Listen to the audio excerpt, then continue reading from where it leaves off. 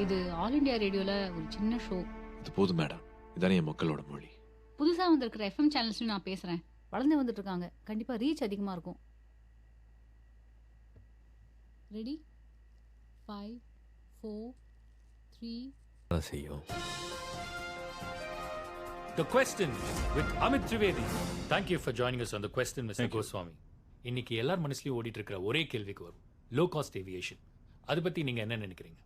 Look mister Amit, வானத்தில் 1000 kilometre வேகத்தில் ஒரு அலுமினியம் கேனில் பறக்கும்போது உங்கள் மனசில் என்ன ஓடிட்டு இருக்கும்? சேஃப்டி. எக்ஸாக்ட்லி. அந்த சேஃப்டிக்கு ஏகப்பட்ட டெஸ்டிங், செக்யூரிட்டி எல்லாம் தேவைப்படும்.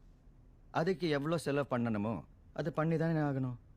அந்த செலவை ஒருத்தன் குறைக்கிறேன்னு சொன்னால் மக்கள் யோசிக்கணும். அவங்க கேட்குற கேள்வி நியாயம் தானே சார்?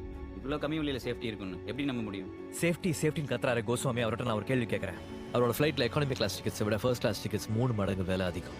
ஒரு வேளை ஃப்ளைட் ஆக்சிடென்ட் ஆச்சுன்னா ஃபர்ஸ்ட் கிளாஸில் ட்ராவல் பண்ணுறவங்களுக்கு 3 மடங்கு அதிக பாதுகாப்புன்னு கேரண்டி கொடுப்பாரா Goswami? But I'll give you one guarantee. Deccan ஏரோட பைலட்ஸ் எல்லாருமே இந்தியன் ஏர்ஃபோர்ஸோட ஃபைட்டர் ஜெட் பைலட்ஸ்.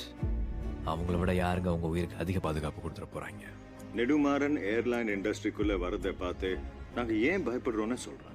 அவர் வரும்போது கூடவே குவாலிட்டி இல்லாத மட்டமான எக்யூப்மெண்ட்ஸ், தகுதி இல்லாத ரிட்டையர்ட் பைலட்ஸ், சப்ஸ்டாண்டர்ட் பொருட்கள்னு எல்லா டேஞ்சரஸான விஷயங்கள் கொண்டு வரார்.